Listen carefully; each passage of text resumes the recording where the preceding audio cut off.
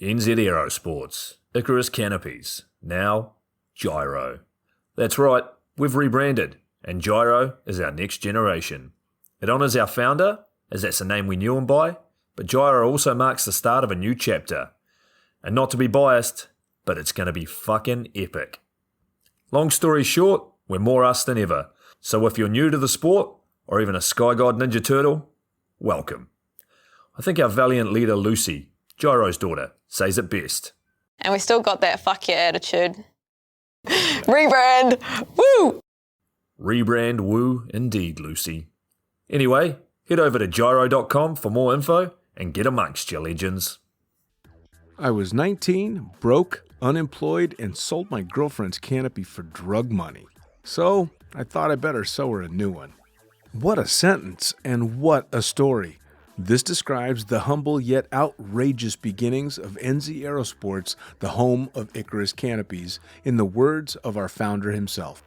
From getting a paratrooper toy from his mom, watching parachutes at the DZ as a 6-year-old, jumping off the wharf with a parachute made from bed sheets, doing his first jump at 16, sewing his first canopy on a borrowed machine at 19, and starting to sell parachutes out of a garage in 1986, Paul Jyro Martin had an undying love for the sky.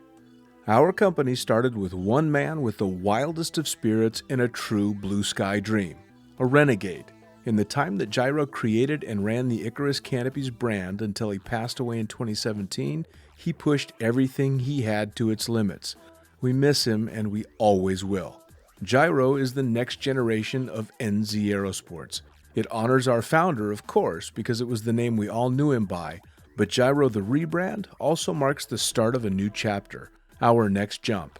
Jyro is the space between sound and silence, art and science, chaos and calm. Jyro is a state of epic tranquility that transcends understanding. That moment, in the door, in free fall, mid-swoop, where nothing but the present exists. A perfect balance of euphoria and thrill. Jyro captures our passion for flying and our commitment to designing break-the-fucking-rules canopies that deliver pilots pure, wild flight. Coming straight from the cockpit, it's another episode of Lunatic Fringe with the fucking pilot.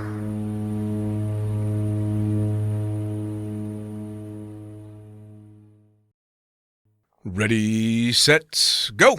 All right, back in the can for another edition of Lunatic Fringe Into the Void, brought to you by the magic of the internet, and straight to another fantastic athlete I want to get into it with. So tell me, who the fuck are you, and what do you do? Hey, my name is Julien Peelman. I'm French, and I'm responsible for R&D at NZ Aerosports. Nice. So Frenchmen, God, they've got quite the epic crew from everywhere. I know you've got people from Finland, people from France as well, from New Zealand, from the States. That's a pretty cool environment, yeah? Yeah, I think it's a bit representative of what New Zealand is as well. There are people from everywhere there, and especially in the company, through the factory, we have, I don't know, maybe a dozen nationalities. We have all the main religions represented. We have a bit of everything, and I'm glad to say it seems to work pretty well on an everyday basis, and it's pretty cool to be part of. Well, it seems pretty well representative of the sport as well. I mean, that's kind of skydiving in a nutshell, isn't it? Pretty much people from everywhere just kind of getting together and doing something that they love. Yeah, for sure. It's the same spirit. I would say it's even broader than skydiving, because skydiving, if you look at a map, there are a big part of the globe that are not represented enough just yet, and so it's a bit broader than this, but the same spirit for sure. That's very cool.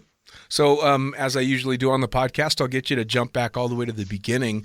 First off, is skydiving your first extreme sport, and how did you get into what the mainstream considers an extreme sport? Yeah, I don't think I'm really doing any other extreme sports, or I've done in the past. I went through a lot of different sports, from windsurfing, skiing, climbing, ocean swimming, but I don't think any of them is really considered extreme. Well, I suppose that depends on who you ask, right? Yeah, for sure. And as for skydiving, I started, I think the brother of my girlfriend at the time, when I was 17, took me for a tandem. He was skydiver himself in the army, and as a fun jumper as well. And it must have been for my birthday, so maybe my 18th birthday, not sure anymore. And then I loved it like many of us did. I was a bit too young, didn't have the money to do anything with this, but when I picked my engineering school a few years later, I picked one that was subsidizing skydiving. So first thing I did is I managed to be president or responsible of the skydiving club in the school. Oh, wow. And then it's just an admin work, and it's not much. It didn't mean much, but it gave me the opportunity to jump much more than the subsidy was allowing for. We were playing a bit with numbers, and people who were giving up, we were writing them down as still active. So we were taking their subsidies, and just like this, I jumped for a few years for, I think it was €9 for a jump, which for a student is really a game changer. Yeah. Because it's a time of your life where you don't have much of money, and if you can have a lot of fun for a reasonable price, well, you give it all. So I like how you just very politically correctly said that you basically embezzled your way into skydiving. That's pretty good, man. I'm sure most of us had to find ways. It's an expensive sport, but also a really addictive one. So I'm sure there are a lot of people who did a lot of weird shit to keep jumping. I was a fucking stripper. See, I was a Las Vegas stripper for many, many years to pay for my time in the sport. So hey, I'm right there with you. Now, you said a boyfriend of your sister or someone brought you out to make that first jump, but was it something that you had thought of before, or was it just kind of a, hey, we're going to go do this, do you want to tag along? I honestly don't really remember, but I guess I was fascinated by him being a skydiver, and by the video he probably showed us. And so, I think I had this, I really wanted to do it anyway, but as most of us, I think I thought about doing it once, and that's something you need to do in your life, you know? Sure. I didn't expect it to be such a big part of my identity now. Well, yeah, I mean, you were in school finding, shall we say, creative ways to finance your skydiving career. At what point did it click and you're like, all right, I'm going to school to study these things, but my heart's not in it? Or was that what happened? Well, fortunately, what I was studying was aeronautical engineering. So, so you're a rocket scientist. Yeah, more or less. But I wasn't attracted that much towards space, or also was finding a bit unfortunate that a lot of the jobs were in the military, which I was not really attracted to neither. And so I don't know, I guess I tried to find other ways to use the skills I was learning, but it didn't come straight away. There were a few different steps and a lot of chance for this to happen, I guess. So you're in school getting your aeronautical degree, and you're Yes. skydiving and flying parachutes and stuff. So at what point are you going to school and looking up at the cloth wing above your head and starting to put this practical knowledge you're learning in college and look up and go, hey, I kind of see what's going on here? Well, there were a few internships that we had to do at school. And if I remember well, there was one like the second year, and it was just for summer. And I tried to apply with few different manufacturers. I remember sending my resume to PD, for example, but never got any answers. So I left that on the side for a while. And it's more at the end of my studies. I did an internship in sail design in Auckland, in New Zealand. So yeah, I kind of gave up on working in the skydiving world at this point. I was really happy to be in the sailing industry, which is also really exciting. Sure. And then I wanted to stay a bit longer in New Zealand because my internship was during the winter. And after spending 6 months in more or less winter in New Zealand, I still had 6 months visa. So I really wanted to stay longer to enjoy the summer and to see a bit more. So I was really looking for a job just to spend a few months. And I've heard in the sailing industry someone talking about this parachute manufacturer that was in Auckland and that I didn't know of, actually. I knew the brand, I think, at the time, but I had no idea it was in New Zealand and just next to me at this point. So I gave them a call, I think every day for like a week. And then they were telling me, I just wanted to visit the factory. I was just curious. I wasn't really thinking at a job or anything at this point. And so I was calling them every day and they were always telling me, yeah, you can come visit, but maybe tomorrow it's going to be better. And I kept calling and calling. And at some point, I guess they gave up a little bit. They said, yeah, come now. And I think they wanted Jyro to be around. Yeah. So Jyro, I don't know if everybody has heard of him. He was the founder of NZ Aerosports and passed away a few years ago now. And he was really passionate man. So I guess they wanted him to be around when I was coming to visit. And so I finally did, and it was really cool. Like Jyro talked to me for a few hours. I was the one curious at first, but then I ended up talking about myself more than learning anything about parachutes. Sure. Because that's who Jyro was. He was really questioning, not questioning, asking questions to everyone, thinking that they all have something to teach him. Sure. So I ended up showing all the softwares I was using and everything I was doing during my internship and all that, and he was quite interested. So well, now there's a lot of parallels in sailing and skydiving in regard to the technology and the design of the sails that they're using and these foils that they use now, and I mean a lot of that kind of goes hand in hand, doesn't it? Yeah, all of this is linked. Like if you look at a sail, a foil, a wing on a plane, a parachute, they're all pretty much the same. It's just the shape that creates some lift that we use in different ways. Sure. And it's funny, in New Zealand, I was lucky enough to spend a winter in the States, summer over there, jumping in Paihia in the Bay of Islands when they were still landing on the beach there.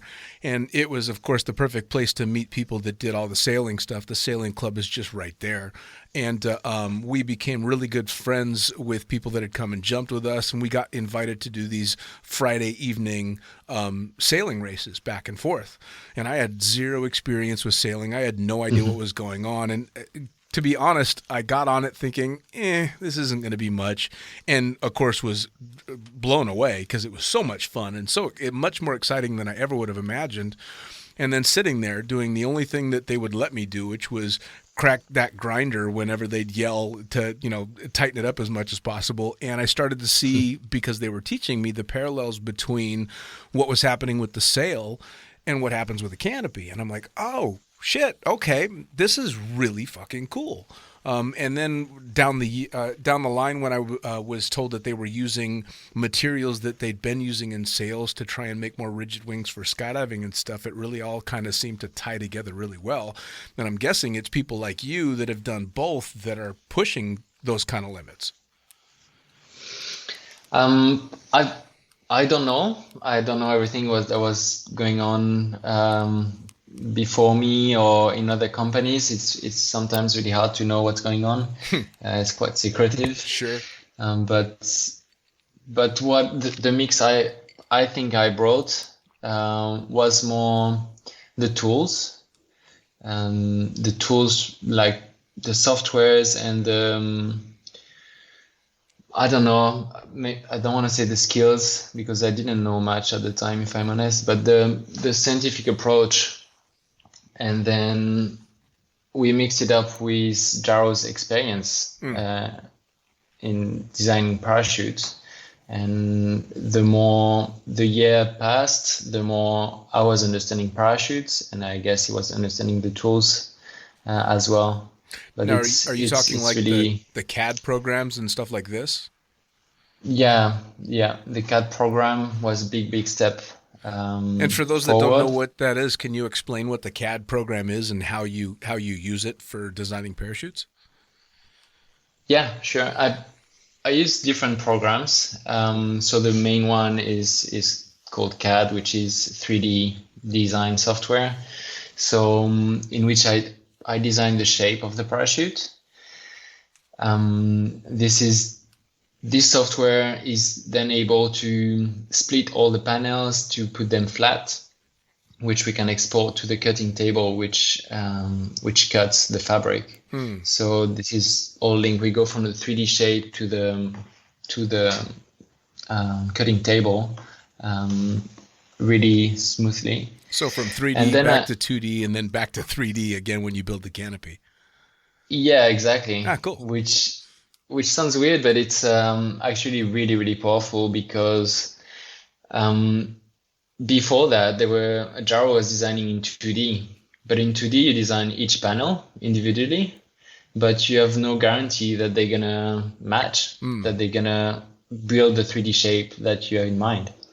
So if you start from the 3D, then you explode it in panels, then you rebuild it in reality, you end up with the shape you want, sure, that you were thinking of. So now when you do something like that, easier. When you design something like that with the CAD program, you're able to not just visualize it, obviously, but are you able to make that canopy perform in the virtual world so you have a good idea of what's going to happen in the real world? Yes and no. So this is in using other softwares, which I call CFD software. Stands for computational fluid dynamics. So this type of software basically like virtual wind tunnel. So you decide how much wind you want, and then you can visualize the airflow around the shape you want. So in my case, parachutes. And you can visualize pressure, so you can see where the lift is created, what the pressure inside, etc., etc. Wow. So you can, it doesn't say everything about the real world. With the tools, at least I have now, I cannot simulate an opening. It's hard to know how it's going to turn, how it's going to react to rear rises or things like this. But it gives a really good first idea. Sure. And basically we use it more to discard bad ideas. So we try things, and the one that don't work, at least we don't waste time building prototypes and anything. But then something that is good in the virtual world is not necessarily good in reality. Sure. As some of the stories I've been told tell. So now, when you started with NZ Aerosports, where were you in your jumping career? I think I had about 200 jumps at the time. Wow. So Wow. so yeah, I arrived in this company where everybody has I don't know how many thousand jumps, and they've been to world meets and they've been test jumping, which for me is like uh, unthinkable. Right. And Me too. I've never looked inside my parachute, and I didn't know there were crossboards in the ribs. I didn't know what a cross brace canopy was. Right. And so I really didn't know much at this time, but I certainly had a passion for it, and I wanted to know more. Now, so you start with NZ Aerosports. When you started, I'm assuming you're obviously learning on the job, but now with the stuff that you're doing, you're helping design some of the most cutting edge parachutes on the planet. Did you see that coming? I mean, was that a goal you were aiming for, or did you just wake up one morning and go, "Holy shit, look what I'm doing"? Yeah, more of the second option, really. I, at first, so to go back to what I was saying earlier, I wanted to ask for a job for the summer. So I asked for a job, but they told me they were not interested in a designer or anything like this, especially just for a few months. It didn't make sense. So they offered me a job in the factory making line sets. And this was my plan. So from this to seeing Petra beating the world record in distance, which was, I don't know, a year and a half after, or 2 years, whatever. It went super, super fast, and I never really expected what was next. Sure. When I started doing line set, I didn't expect to be designing parachutes. When I started designing some shit, I didn't expect it to be a competition wing. And then when we started testing, I didn't expect it to be tried in international competition. Sure. I certainly didn't expect it to win the competitions. Right. So yeah, it went really weird. I remember Jyro telling me, okay, we're gonna send this prototype to the Australian nationals, where the pilot was Michael Vaughan, and he told me, well, if he wins, you can have whatever you want. And and this is how confident we were not to win, because and he didn't win, but he arrived second or something. He did a good job, still with the prototype that was far from being finished. And yeah, I think just a few months later we were winning at the international level. I mean, it's such an incredible story, because, I mean, I've been jumping for a very long time, and I'd like to think that I'm a decent canopy pilot, and I fly what a new timer would consider a crazy small parachute.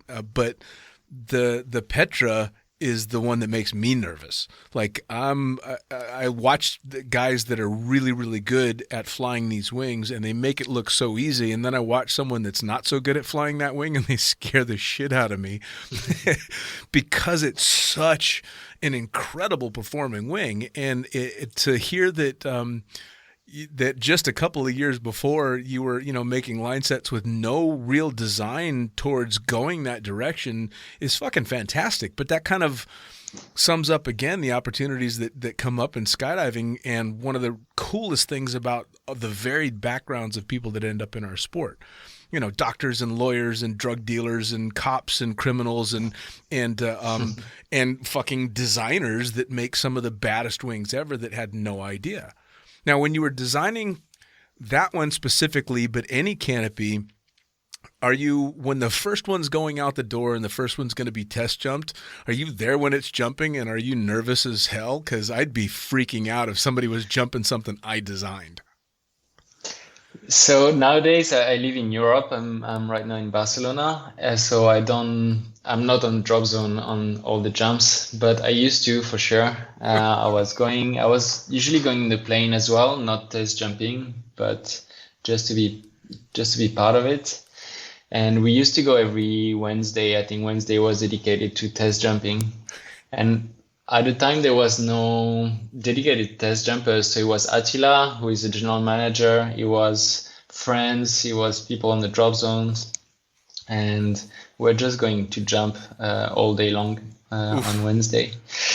And yeah, of course, I was nervous, but I think I didn't know enough to be really nervous. I thought that these guys, they know what they're doing. It's in their hands. I just provide an idea and they deal with it. Sure. Right now I know enough to know that nobody knows. Which is, I was lucky enough to be able to talk to both Attila and Chris Stewart, who are test jumping the wings that you're designing, and which there's no way in hell I could ever do that job. There's just, I don't have the stones for that kind of work. But was there like a company thing that like somebody's buying beer if this shit happens or if that shit happens? I mean, especially because I know so many of the people that work for your company and they're all skydivers and they're all very cool, very down-to-earth people, no pun intended. You guys must have a shitload of fun with it as well as taking things extremely seriously. So I'd imagine after a good day of test jumping, you guys must you got to let your hair down a little bit, I'm sure. Yeah, totally. I think these days were called, Jyro was calling it debrief and cocktails. So after, when we were coming back from the drop zone, we had a van and it was like with the chili bean full of beer, drinking on the way back to the factory. And then usually we're spending the whole evening or night at the factory watching videos. Sure. And drinking far too much. And yeah, it was really cool moment. Really cool moment. So now when the Petra was really being developed and you guys had a good idea of what you had on your hands, obviously a lot of it is coming down to the little itty bitty things. But when the Petra was first coming out, were there a bunch of different designs that ended up becoming the Petra, or were you guys kind of nailing it right out of the gate? A bit of both. Right now I'm trying to design the Petra 2, and I realize how lucky we've been on the Petra 1 because it's a bit hard to do better. Right. Well, for me, I'm sure there are many ways to do better, but I didn't find them yet. But yeah, it's in a way we've been lucky, and we came up really quickly with something really good. But it was a really special. We were calling the Summer of Love. So it was what I was talking earlier, like this meeting between the tools I knew how to run and Jyro's ideas. We went crazy. We were producing prototypes every week, going jumping every Wednesday, and we did more prototypes this year than in the 20 years before.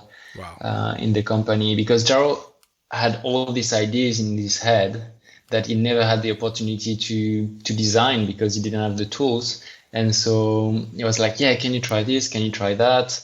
And between his ideas and my ideas, we couldn't stop. So we started this series of prototypes, and they were in alphabetical order. So they all had a girl's name, porn star name. I'm sure Attila or Stewie told you, but so we started with Amy, was Barbara, etc., and so Petra is P. So this is how many prototypes we've done to reach Petra. Really? That's actually the first time I've ever heard how that got that. That's awesome. So you got that many porn stars all the way up to P. Yeah. It was part of my job to research the names and the icons representing them. Tough job. Yeah. Tough job. Well, so now you're not just designing wings like the Petra, although I still want to talk more about that, but you're designing wings for people just starting out in the sport. You're designing wings for the mid-level guys. You're designing wings for people like me who still want to have fun under canopy, but really don't want to be saddled up onto the Petra because I'm not current enough to be flying something that crazy. You guys are also doing the Kraken as well, and I'm guessing you had something to do with that too.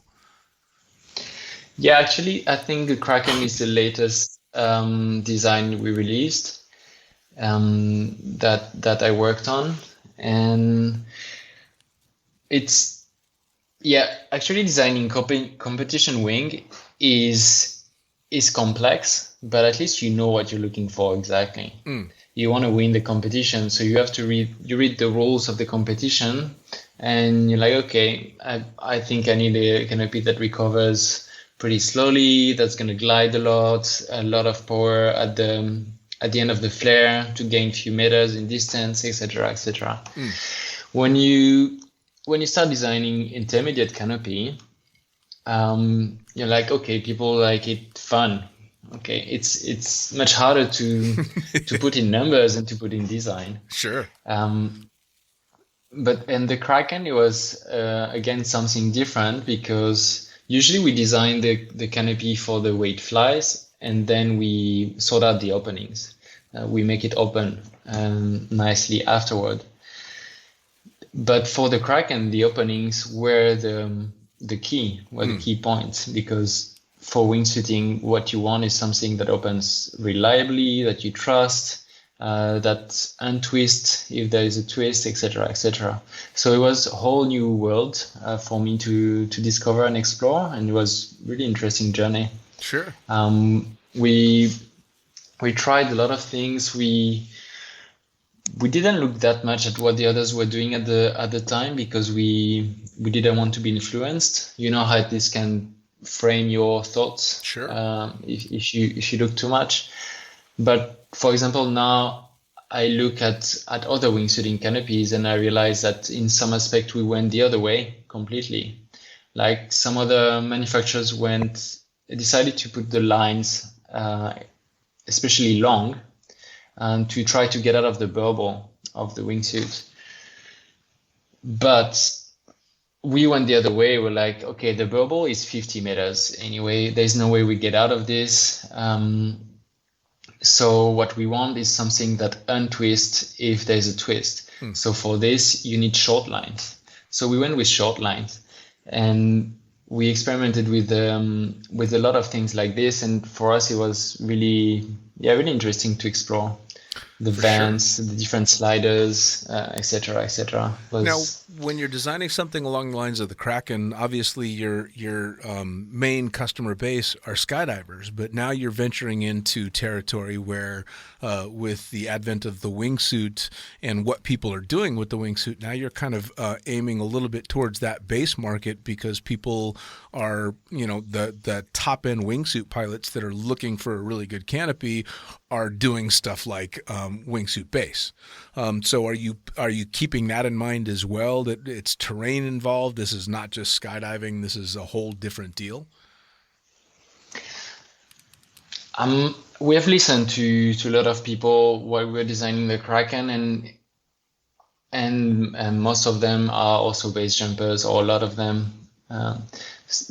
But we didn't really design the canopy for that. It's not to be used for base jumping, and we try to also understand what this base jumper didn't see that was different in skydiving. So, for example, from our experience, we needed canopies that last long enough, because base jumper, they're gonna do, I don't know, they're going to do a few dozen jumps a year, or for the most dedicated, maybe 100, but you need to hike up every time. Sure. So it takes time. It's something that takes your afternoon to go to a jump. I'm not a base jumper myself, so I'm not going to pretend to know these spots really well, but sure. When you have a plane, you're on a drop zone, you can do 8-10 jumps a day. You can go every weekend. You can go every season. So you tend to do much more jumps. And so we wanted a canopy that lasts long enough, like other canopies, at least 2,000 jumps. When the base jump canopies, they are made out of fabric that is not coated, for example, and that doesn't last as long. So we tried to add our touch to something that is originally really close to the base jumping world, but try to adapt it to real skydiving world. Well, and am I mistaken, or the Kraken's also considered a low pack volume parachute as well? Yeah, no, you're not mistaken. Now, what was the mentality behind that? The idea is that for wingsuiting, you want a bigger canopy than normally.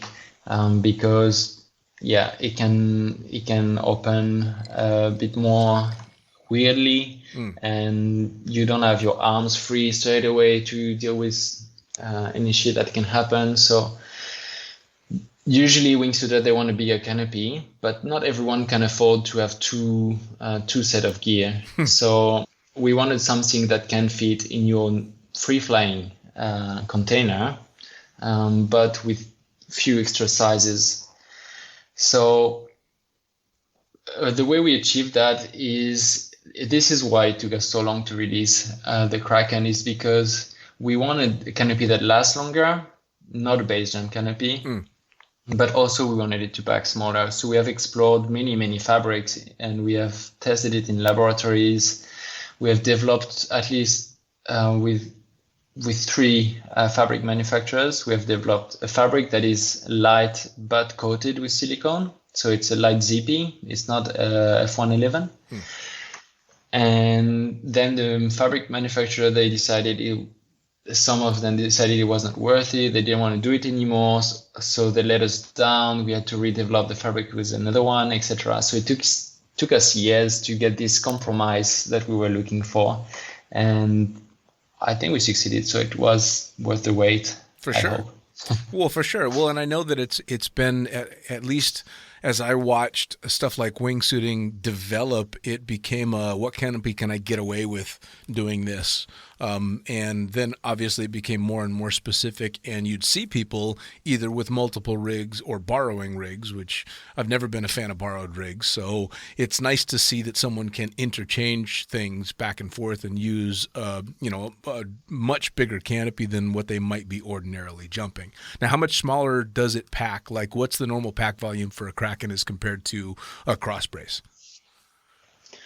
Compared to a normal canopy, like a non-cross brace, I think it's about 15-20% smaller. And a cross brace canopy is probably about 20% bigger than a Crossfire, for example. So the difference between, if you jump a Leia, for example, and a Kraken, you can fit really different sizes of these two canopies in the same container. For sure. Well, that's cool. I mean, I've got a bunch of friends that are doing both. As a matter of fact, I just had on Olga Namova, who's a swoop competitor, but her normal day-to-day workhorse is a Leia. She jumps a Petra for competition, but she's starting to wingsuit, so she needs a Kraken. So it's crazy. She's got like your whole suite of canopies that she jumps on a relatively regular basis, but they all go into the same container, and it's great because she's just got a separate bag and separate risers for each one. And of course, as long as she doesn't twist them up and do something silly, it's pretty easy to go back and forth between each of them, which is cool. So now that was totally the goal. So, which is awesome.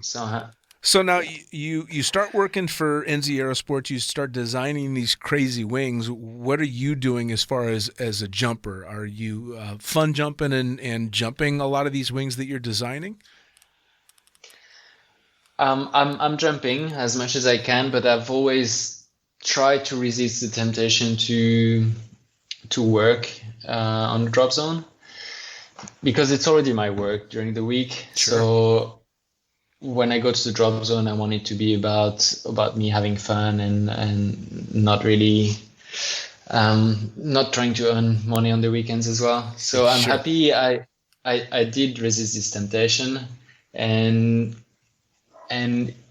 it makes the jumping a bit slower, of course. So I make maybe 100, 150 jumps a year, fun jumping.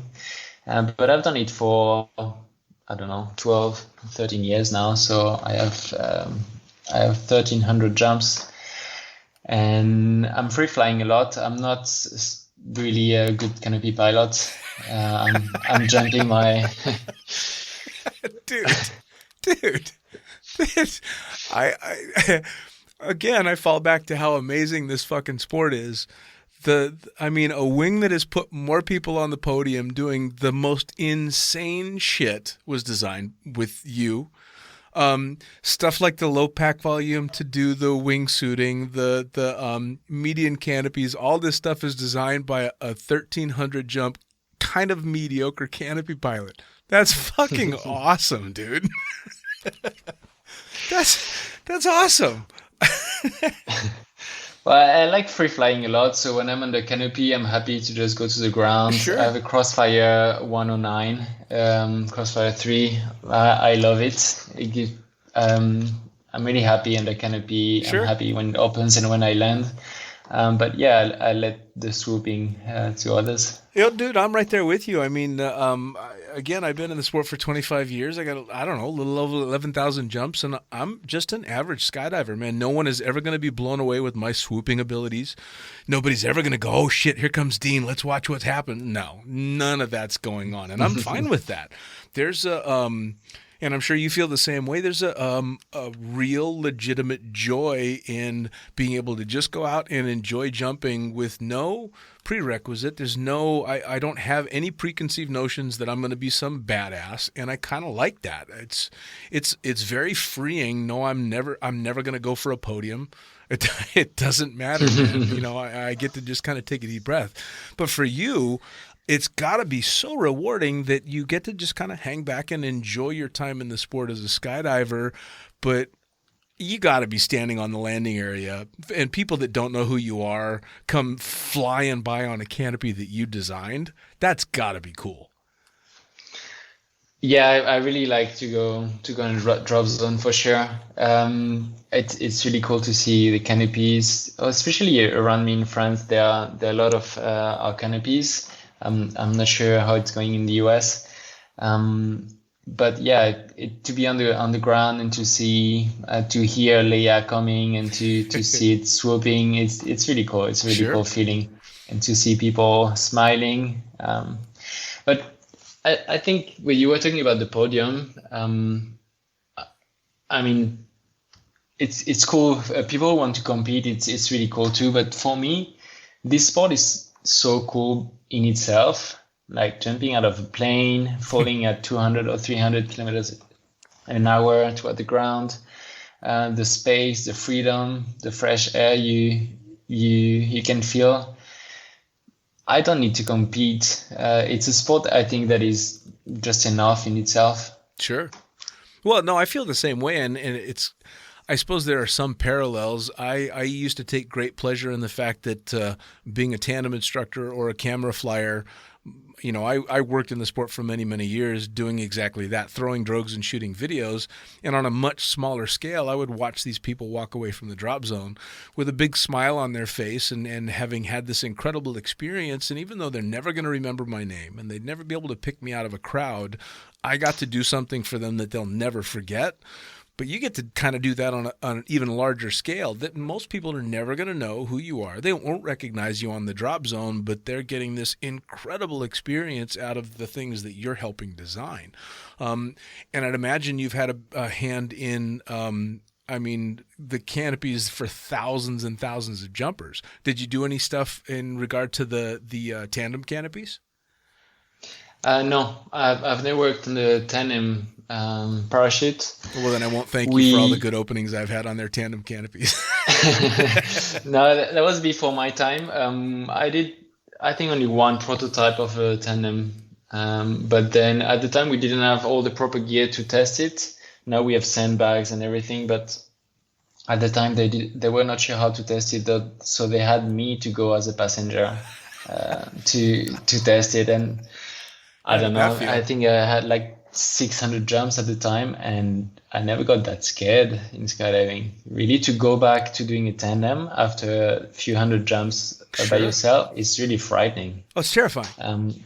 Yeah. I was at the door pretending to be, trying to play the standard passenger, being scared, asking for if my goggles, if I could put them, but you can see on the video, I'm actually not kidding. I'm super scared. I had the same experience, but I was actually a tandem instructor, and I had left Las Vegas to go to work at a place called Skydive Cross Keys that had different equipment, and I had to do a recertification on this new gear, which included an upfront ride. And by then I had taken probably a couple of thousand tandems, and I had to ride on the front of a guy who had never taken a human being on a skydive before. And it was fucking horrible. It was horrible. In the middle of the entire experience, all I could think was, I paid somebody money to do this with me a couple of years ago. What was I thinking?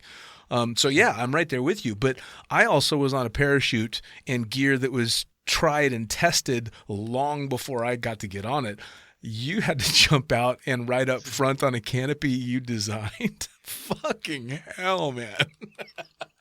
I didn't even like to jump in my own pack job when I learned how to pack. Yeah, this canopy took ages to open, and I remember looking up, and you're not in control of anything. You cannot reach the toggles or anything, and I was like, man, do something about it. Oh, that's fucking mental, man. But you can't. Now, all right, so I want to ask a couple of questions. So you said that with canopies like the competition canopies, you're designing for performance and then tweaking how they open. How do you tweak an opening on a canopy? I've always wondered that. How do you design an opening? Because although my mind can easily handle the aerodynamics involved in a parachute in flight, I can't wrap my head around the aerodynamics of a parachute that's opening. I mean, I know what the slider does and I know how the nose works to some degree, but how do you tweak an opening by designing? I guess this part is still more of an art than a science, but there are few parameters you can play with. We're playing with the brake setting, can be deeper or shallower. The brake configuration, where you attach the brakes, can influence the opening as well. Then the slider, and its shape or size can also help. And then if none of this works, we go back to the initial design, trying to change the nose, the inlets, the air intake of the parachute. So if it's not opening fast enough, we can redesign the inlets a bit bigger, play with the size of the crosspots inside the canopy as well. Well, because I know, especially as an old cameraman, I was flying cameras when they were still fucking basically bricks strapped to your head. So having a soft opening was really, really important. But the canopies hadn't quite gotten there yet. You know, I mean, you were still talking about canopies that, 1 out of every 50 times was going to knock your shoes off. But of course, as an arrogant camera flyer, you assume that the way you pack the parachute is the golden way and you've got this perfect way. But I always just kind of assumed it was kind of a bit of a toss of the dice that eventually you're just going to get the shit kicked out of you. But from what I hear, especially in regard to like the Leia and the Leia specifically is what I've been told has just stellar openings. And I'm assuming that's just design. Yeah, I think what's really important, and I realize more and more with the years in the sport and doing this job, is having a really, really good team of testers, test jumpers. Sure. They are the one who are telling me if the opening is good or not, and if they are good at what they're doing, if they're demanding as well. Sure. If they keep complaining, it pushes us to do better and better, and to not say like, okay, this is good enough, let's put it on the market. But no, if they come back to drop zone always saying, no, I think we can do better, and keep pushing, then we end up with a great product. There's no other way. Sure. I mean, because especially when you're putting something out for mass production that's going to be used in the way that we use these things, a canopy can't rely on a packing trick to open well. It's got to be able to open pretty consistently, whether it's being, meticulously packed or packed in a big rush. There was always the joke that the trash packs open the best, and my joke was, I'd trash pack it. A good soft opening is basically 2 seconds from a cutaway, which is probably not the greatest way to look at how you should be opening the parachutes. But I could never find any rhyme or reason, so you can't just put something out on the market that's going to maybe be okay, because not everybody's very meticulous with their packing, or, God forbid, you've tossed it on a packing mat with someone who has been slammed all day with pack jobs and they're 10 hours into their shift. Chances are you're going to get a slightly messier pack job. I mean, so please keep designing the living hell out of those openings. So now, where do you see this all going? Because you said you're working on the Petra 2, and you kind of alluded to this fact in the beginning. Where do you go from there? I mean, fuck. How much better is a wing going to get? Well, thanks for me. It's a really small industry, so it's not like the aircraft industry where you have, I don't know. I worked for a year for Airbus, and you have, I think, only in Toulouse 7,000 engineers working all day on the next aircraft, which is going to happen in 10 years. This industry is tiny, so I don't know, but there are a dozen designers, and there's not a lot of money, so we cannot use all the best tools, which means it's not easy every day, but it also means that there's a lot still to be discovered, Sure. To be explored, to be tried. So it's super exciting. There's like so much to be done, and I'm sure we can go much further. We can change the design 10 more times before getting bored of it. Well, I mean, it's I stopped long ago saying there's nothing left to come because I've, even just in my time in the sport, I've seen so many changes, but I've been lucky enough to have conversations with guys like Bill Booth, who, you know, have seen it come from the very beginning. And so you hear the stories of the gear that they were flying and Army surplus stuff all the way to, you know, now. I have no idea what comes next. And especially with only a dozen or so designers. And, you know, obviously you said you guys are pretty secretive because you're all trying to come up with the best design. So I'm guessing there's not a lot of collaboration between companies. No, and most of them are working in the military, which is by definition really secretive. So it's really hard to know what the others are doing, and the biggest companies are actually designing exclusively for the military. So there's no way to know what they're working on and what tools they're using or anything like this. So we have to work with what we see, and yeah, every time I meet other designers, you know, there's this conversation about, we want to share, like there's just so many people who are doing this job on the planet. We want to say everything, but we don't want to say too much. And it's really fun. Usually after a few drinks, everybody talks a lot more and start to say everything they're working on, and they become skydivers. Yeah, exactly. Yeah, I'd say a few beers at the bonfire, people are going to start to loosen up a little bit. It's got to be, I mean, I'm trying to put myself into your headspace, but it's got to be so rewarding, especially because your part of the industry is so small and so by its very nature secretive. To come up with designs that do so damn well has just, I mean, you've got to be pretty damn proud of the work that you've been able to do with you and your team. And obviously it's not just you, it's a huge team effort between you and the designers, the manufacturers, the test jumpers, the whole nine yards. But you still got to feel pretty damn good when you're watching these competitions going on and a wing that you busted your ass on is just shattering records. Well, thanks for the kind words. I do feel really lucky that I was given this opportunity, that I got to meet Jyro, who was really open, really the least arrogant man in the industry, and who gave me the opportunity to try something. And I think there are thousands and thousands of people who could have design the canopy I design. It's a matter of a lot of luck, good timing, and meeting some cool people along the way. So yeah, I feel mainly lucky. Good, man. Well, I mean, you're lucky, and all the people that are enjoying the work that you and people like you have done are very lucky that you kind of found your way to that because they're obviously reaping the rewards.